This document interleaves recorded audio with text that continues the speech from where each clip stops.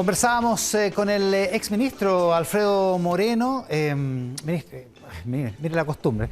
Alfredo, muchísimas gracias por la gentileza de estar acá. No, muchas gracias por la invitación. Oiga, usted es de los que más avanzó en materia de diálogo en la Araucanía, conoce bien ese mundo, conoce la trama por dentro.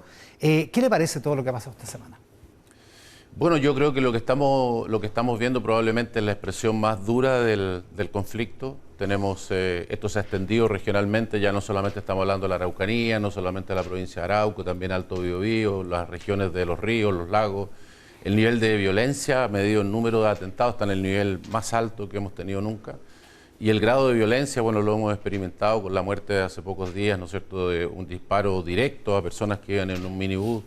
Es algo que ya venimos experimentando desde hace algún tiempo, en que ya tampoco hay respeto por la vida humana, el ataque es directo a matar a personas. ¿Cómo se explica usted esa agudización? Porque antes no había eso, no había ataques directos de esa manera, no había, porque en rigor lo del lunes fue disparos a matar, digamos. Bueno, yo creo que hemos cometido muchos errores, no hemos resuelto el problema, tiene un problema de origen.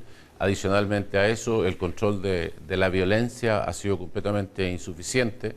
No se discute hoy día, por ejemplo, si debemos tener este estado acotado o no. Partamos por decir que nunca debiéramos haber levantado el estado de emergencia que existía desde el gobierno anterior, así que el gobierno podía decir yo quiero terminarlo, que siempre uno quiere terminar un estado de emergencia. Un estado de emergencia es por su propia condición algo que tiene que ser temporal para resolver problemas. Pero uno puede decir, esta es la situación con que me encuentro y yo lo voy a terminar cuando logre controlar a las personas violentas. Tenemos equipos que están absolutamente organizados para cumplir su tarea. Pero que hayan aumentado la apuesta en términos del grado de violencia, en términos de la entidad de la violencia. Bueno, yo creo que hay dos elementos. Uno, el que acabo de mencionar, y el segundo es que indudablemente aquí, como en todos los lugares, no solo en Chile, en el mundo, donde el Estado se retira, lo que sucede es que ese vacío no queda como un vacío, lo llenan los que tienen los recursos, los que tienen el dinero, los que tienen las armas, los que tienen el poder. Impera la ley del más fuerte. Y la ley del más fuerte, en este caso, en esa región, es el narcotráfico, como en muchas partes del mundo, y el robo de madera, que producen mucha plata, que producen armamento, y que hoy día, ¿no es cierto?, permiten entonces que todas estas personas tengan recursos y tengan también un armamento de primer nivel. Sí, Andrea Vial hoy día en el Rat Pack Domingo, que está en tele13radio.cl, habla de 70 millones de dólares al año en términos de robo, solo del tráfico de madera. Bueno, el tráfico de madera, el robo de madera es un negocio millonario, es difícil, digamos, de decir y de podemos dimensionar cuál es el tamaño, pero las estimaciones son de esos órdenes. Es una cosa realmente grande. Para poder hacerlo se requieren equipos especializados para sacar los troncos, para mover, digamos, en camiones, para tener facturas, para poder transitar. O sea, esto no es una cosa de un grupo de personas solamente ahí que entran a un campo y se roban unas maderas. Esto es una operación gigante donde opera, digamos, una organización criminal de enorme magnitud. ¿Pero está bien echarle la culpa a las organizaciones criminales o también hay que poner el acento en que aquí a lo mejor hay algún vínculo desde financiamiento o el que sea, con grupos radicalizados que están en armas? Es que los grupos radicalizados, es que esto es un tema complejo como todo. Los grupos radicalizados son el origen. El origen de esto son gente que tomó las armas eventualmente por una causa, que luego de eso, como sucede cuando la gente va echando a perder incluso esas causas, creyendo que la violencia es algo que va a resolver el problema y no hay ninguna causa que justifique la violencia. Cuando uno comienza con la violencia solo trae más violencia. Y luego para poder mantener esa violencia necesariamente requiere recursos, requiere armas, requiere conexión con grupos delictuales que le puedan proveer municiones, que le puedan proveer de fusiles. Bueno, y ese entramado es el que va creciendo y el que una vez que estás ahí es una red que no te suelta. Alfredo, las posibilidades de un diálogo, ¿existen realmente? Hoy día Eduardo Aldunate, en la tercera, tiene una carta donde lo que sugiere es que el presidente de la República tendría que convocar a un gran diálogo, a un gran acuerdo, más bien. ¿Existe esa posibilidad todavía? Es que no solamente existe, es el único camino. Es que esto, la gente dice, bueno, o hacemos esto o hacemos el estado de emergencia. Es que ambas cosas son necesarias. El estado de emergencia es para proteger a las personas y para que los violentos entiendan las consecuencias que tiene mantenerse en la violencia. Si uno no tiene, ¿no es cierto?, a las personas que están en la violencia sufriendo las consecuencias de ese camino, tampoco nunca los vas a tener en la mesa de diálogo. Tú necesitas tener además un diálogo que los incorpore a todos. Y cuando decimos incorporarlo a todos, escuché también no solamente al Aldunate, sino que al presidente Boric, con quien comparto, este es un problema del país, ya no es un problema del gobierno A ni del B, esto no lo resolvimos nosotros, no lo resolvió el gobierno anterior, tampoco lo está resolviendo este gobierno que ha tenido bastantes errores, pero lo tenemos que resolver entre todos. Tenemos que convertir esto en un problema de Estado que va a requerir muchos años para poderlo resolver, va a cruzar muchos gobiernos hacia adelante. Ese diálogo hay que iniciarlo con el apoyo de todos, pero como digo, hay que hacerlo también determinando la posición de quienes están sentados en el lado del país, que no son mapuches, que no son parte de esos grupos, sino que de las víctimas, de los que quieren progresar, de los que representan al resto de los chilenos. ¿Qué es lo que vamos a hacer con la violencia? ¿Qué es lo que vamos a hacer con el proyecto de progreso? ¿Qué es lo que es aceptable y lo que no es aceptable? O sea, valdría la pena intentar. Pero es que no es solo que valga la pena, no hay otra solución. Esta es la solución que han encontrado todos los países y lo importante, y esto yo quisiera decirlo curiosamente, hay un viejo dicho que dice que cuando la noche es más oscura es cuando comienza a amanecer. Hoy día, curiosamente, a pesar de lo que comentábamos que estamos en el peor momento, es también el mejor momento para esto, y por una razón muy sencilla. Una razón muy sencilla, la disposición del país a resolver el problema es más alta que la que hemos tenido nunca. Nunca el país ha tenido una preocupación por este tema, nunca ha tenido una preocupación por sus pueblos originarios y en particular por el pueblo mapuche como la que tiene hoy día. Por lo tanto, su disposición a entregar soluciones es algo como de la que no teníamos. Y cuidado, porque ese péndulo está empezando a volver hacia el otro lado.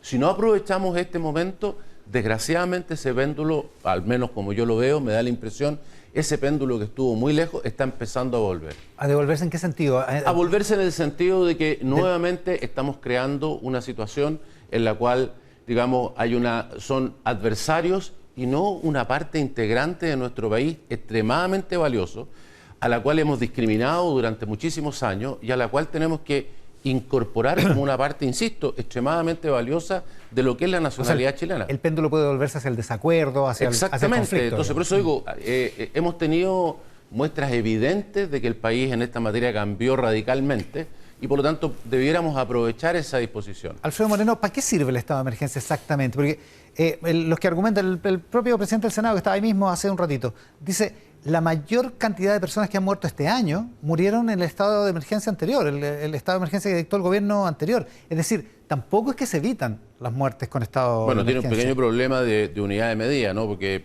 comparar unos pocos días contra una cosa extensa, pero lo que es evidente, las mediciones que hay para la misma unidad de tiempo muestran que sin estado de emergencia lo que ha habido son una enorme cantidad de atentados, digamos, como han crecido en varias veces. Entonces, o sea, el estado de emergencia evita actos de violencia. O sea, pero no hay ninguna duda, no hay ninguna duda de que colabora. No es la solución no es esta, pero esto es completamente necesario. Yo estuve recién en la Cumbre por la Paz, ya que organizó el gobernador con todos los alcaldes de todos los signos. Lo que uno escucha de los alcaldes que comentaban que ellos no pueden pasar por caminos, que ellos y sus familias han sido amenazados, cómo han sido atacadas las municipalidades o sus casas. Estoy hablando de autoridades, estoy hablando de personas que tienen todos los elementos, digamos, para poderse defender. Bueno, ellos se sentían inermes frente al tema. Entonces, sirve para eso, pero sirve también, como vuelvo a insistir, para que estos grupos pequeños, que no son la causa mapuche, que no son personas, digamos, que ya a estas alturas han olvidado eso, nacieron a lo mejor de eso, pero hoy día están imbuidos en su violencia y en lo que los ha llevado a esta lucha. Estas personas entiendan que ese no es el camino y que ese camino tiene consecuencias muy duras para ellos. Segunda vez que habla de las consecuencias. ¿Qué significa eso? ¿Cómo hay que combatir estos grupos? Con la ley, ¿Hay que combatirlos militarmente? Con la ley, con lo que establece la ley, las personas que hacen esto deben estar en la cárcel. las personas que hacen esto y que disparan tienen que tener una respuesta, ¿no es cierto?, del mismo nivel del Estado. El Estado tiene una fuerza legítima que tiene que utilizar.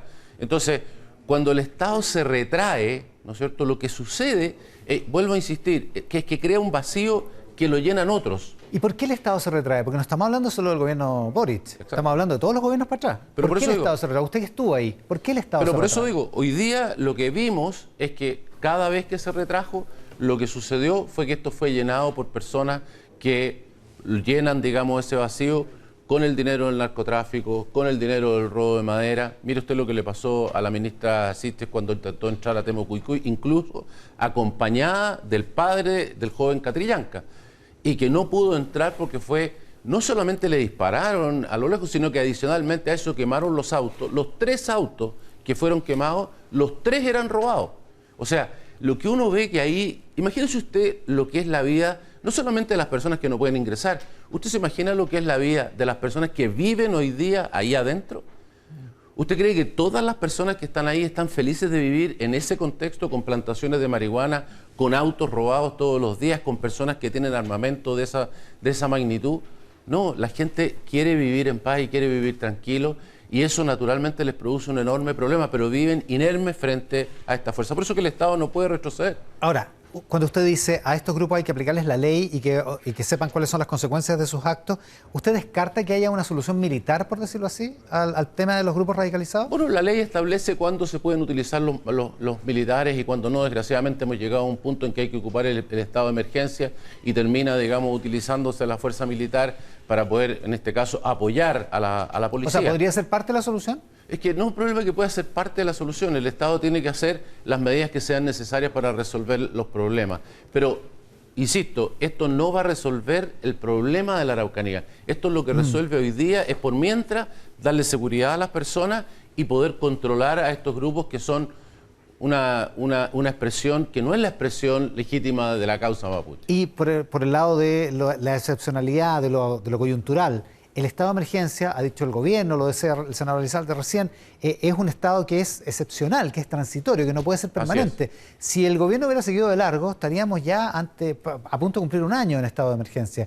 ¿Cuánto tiempo puede durar? ¿Cuánto tiempo se puede extender la situación? Bueno, esto no se mide en unidades de tiempo, se mide en unidades de resolver el problema, y por eso que en paralelo a resolver, digamos, de tener un estado de emergencia, uno tiene que ir a la solución de los problemas de fondo. Esto es una cosa que se tiene que hacer en paralelo. Uno tiene que ir buscando cómo va buscando de acercar una situación donde los dolores son enormes. Lo que uno ve allá es una desconfianza enorme de todos los grupos de unos con otros y de todos ellos con respecto al Estado. El Estado no ha podido resolver el problema y cada uno de ellos tiene dolores tan tremendos que solo ve la parte del problema que le corresponde. Y hay que lograr acercar a esos grupos, que la gente pueda ver eso y pueda ver el problema en su totalidad y pueda ver que trabajando juntos sí se puede resolver. La mesa de diálogo y el trabajo con Naciones Unidas es para las próximas semanas. ¿Llega muy tarde ese trabajo? ¿Debería acelerarse? ¿Debería tener más sentido de urgencia? Yo creo que el problema hay que mirarlo al contrario. Pensar que cualquiera de esas cosas va a resolver el problema en esas unidades de tiempo es ser completamente iluso. No existe ningún caso como eso. Voy a poner el ejemplo, el más tradicional, que es Nueva Zelanda, ¿no?, con los maoríes. Desde el momento en que lograron sentarse, cosa que aquí estamos lejos de poder hacer, ni siquiera sabemos quiénes son los interlocutores, ni del lado del Estado de Chile, si lo vamos a hacer el gobierno, si lo va a hacer una cosa más amplia, si vamos a incorporar a otros grupos, ni menos todavía de las comunidades mapuche, que son extremadamente dispersas. Pero desde el momento en que se logran sentar en ese país, se demoraron 9 años. Y cuando terminaron los 9 años, hubo cosas que no pudieron resolver. Las dejaron en manos de un tribunal, con un fondo para poderlo resolver, y donde las personas podían acudir a resolver esos temas que no pudieron resolver más en detalle. Entonces, este es un proceso largo, por eso esto es importante señalar. Este es un tema de primer nivel de importancia para nuestro país. En segundo lugar, no es una tarea de un gobierno, es equivocado cualquier gobierno que crea que lo puede resolver por sí solo. Aquí se requiere la tarea de juntarnos y poder decir, mire, esto es una tarea que tenemos que hacer en conjunto.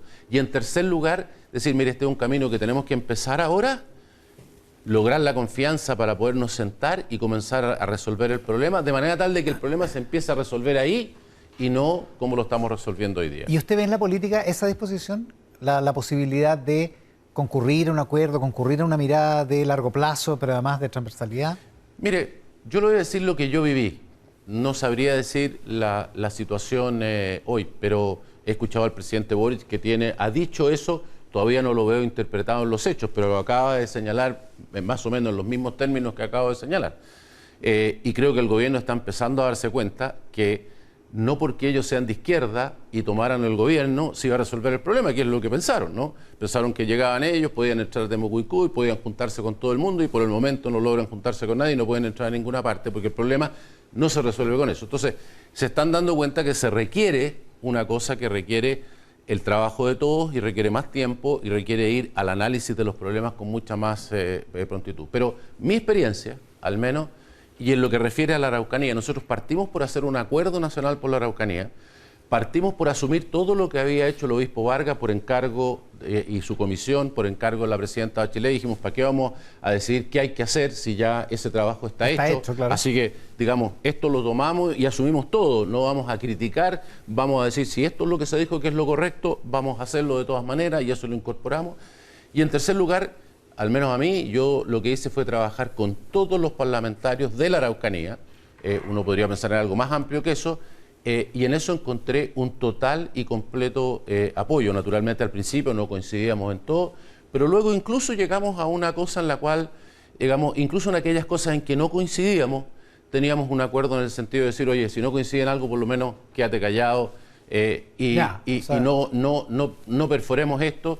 Y creo que eso dio resultados, digamos, para que la gente hoy día diga, por lo menos esa semilla está ahí. Y yo creo que esa semilla de colaboración sigue existiendo o sea, esa es mi impresión. Pero podría ser un punto de partida de nuevo. Yo creo que esa disposición de la gente a colaborar existe. Y a propósito de eso, hay que buscarla, ¿no? Uno no la va a encontrar en el aire. Es un trabajo que tiene que liderar, por supuesto, quienes están a cargo hoy día. Claro, no es algo que esté latente que sea llegar y tomar. Pero yo creo que está disponible. Oiga, lo último, lo mencionó a la pasada, esa cumbre por la paz que fue a principios de abril, ¿no? Sí. Ahí muchas autoridades de la zona lo invitaron a usted a asumir algún tipo de rol. ¿Cómo se ve en eso? ¿Cuán disponible está? ¿Qué piensa de eso? No, yo no estoy ni disponible ni no disponible. Yo solamente lo he dicho y yo estoy disponible para ayudar en lo que sea. Yo sigo colaborando en lo que puedo, no tengo ninguna tarea específica, ni nadie me ha solicitado ninguna cosa específica, pero yo creo que en el espíritu de lo que hablábamos antes, así como yo recibí colaboración, yo estoy disponible para colaborar en todo lo que se pueda. ¿Y ha hablado de esto? Este es un problema, Iván, que la gente a lo mejor se le, digamos, no se da cuenta porque vivimos un poquito lejos. Pero dos cosas. Uno, aquí hay gente que se acuesta todos los días con miedo, y esto estoy hablando de mapuches y no mapuches, que no sabe qué le va a pasar, que no sabe cuál es su futuro en la vida, cómo voy a seguirme desarrollando, qué voy a hacer con los niños para que vayan al colegio, de qué actividad voy a tener hacia adelante. Comunidades, hoy día tenemos centenas de comunidades esperando que le entreguen tierra, y con las unidades que entregamos hoy día van a pasar 30 o 40 años para que se lo puedan entregar, y seguimos entregando unos papeles que dicen que tienen derecho, porque así los políticos, ¿no es cierto?, pueden dormir tranquilos y los calman, pero después tienen que esperar 40 años para que... O sea, tenemos pésimas soluciones de política pública, todos lo saben, nadie lo quiere enfrentar adecuadamente, son decisiones duras y difíciles, porque hay que cambiar las políticas, hay que buscar soluciones que sean adecuadas para resolver el problema, y eso se puede hacer, pero cuesta y requiere trabajar en conjunto. ¿El presidente o la ministra Siches han hablado con usted sobre esto? Yo he hablado con la ministra Siches, sí. ¿Y? Bueno, yo creo lo que señalé, digamos, hemos tenido una conversación similar a la que estamos aquí y colaborar, porque yo lo he dicho públicamente. Así como veo que se han cometido errores y espero que se subsanen, y se han ido subsanando algunos, pero hay que señalar una cosa que yo la encuentro que es el principio de todo, que es valioso. El presidente ha señalado desde el inicio del gobierno que esta es una de las 3 prioridades que tiene. Eso significa que cuando termine su mandato o incluso antes, la gente le va a poder pedir, ¿no es cierto?, cuentas en base a esto que era tan importante, Y es una tarea muy difícil, como acabamos de mencionar. Él podría haber dicho, mire, esto lo recibimos de los anteriores, que es perfectamente válido de señalar, y lo podrían señalar todos los gobiernos, esto es una cosa imposible, podría haber dicho, mire, esto es una cosa que ya veremos, pero no, lo ha dicho, lo voy a enfrentar. Y yo creo que ese es el inicio para una solución. Alfredo Moreno esta mañana en Mesa Central. Alfredo, muchísimas gracias por la gentileza. No, gracias, Iván.